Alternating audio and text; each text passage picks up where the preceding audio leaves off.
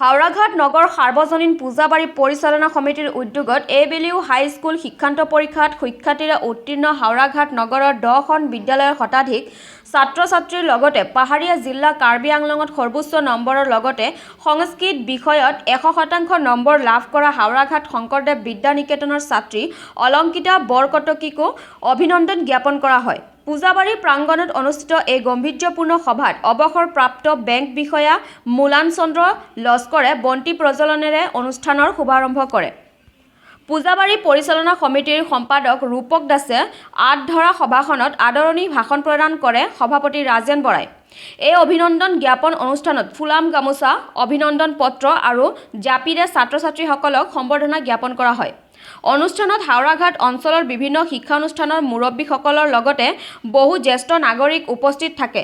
অনুষ্ঠানত মুখ্য অতিথি হিচাপে উপস্থিত থকা জিলাখনৰ আয়ুক্ত IAS আৰণ্যক শইকীয়াই ছাত্ৰ-ছাত্ৰীক উদ্দেশ্যি মননশীল ভাষণ প্ৰদান কৰে।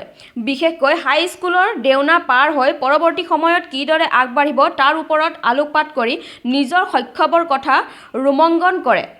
শেষত পূজাবাৰী পৰিচালনা সমিতিৰ কাৰ্যকৰী সভাপতি বিক্ৰম কুমাৰ চন্দই সকলোলৈ চলাগৰ শৰাই আগবঢ়ায়।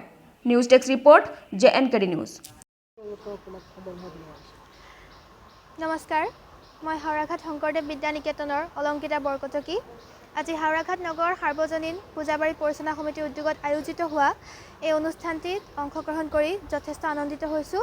লগতে আজি কাৰ্বি আংলং জিলাৰ মহামহিম আয়ুক্ত মহোদয় দেৱে সম্ভাষণ জনালে আৰু তেখেতে বহুমূলীয়া সময়খিনি খৰচ কৰি যি কষ্ট কৰিলে তাৰ বাবে নথৈ আনন্দিত হৈছোঁ। লগতে আজিৰ হাওড়াঘাট নগৰৰ বিভিন্ন শিক্ষাবিদসকল, বিভিন্ন বিদ্যালয় মহাবিদ্যালয়ৰ অধ্যক্ষ, শিক্ষাগুৰুসকলে আহি পেলাই এই উৎসৱত আমাক আশীৰ্বাদ দিলেহি।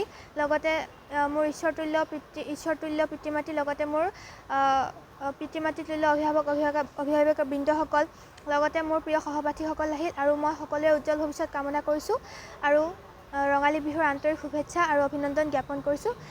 ধন্যবাদ। মই বৰ্তমান কলা শাখাত অধ্যয়ন কৰিম বুলি ভাবিছোঁ। মই নগাঁও জিলাৰ ছোৱালী কলেজত, গাৰ্লছ কলেজ।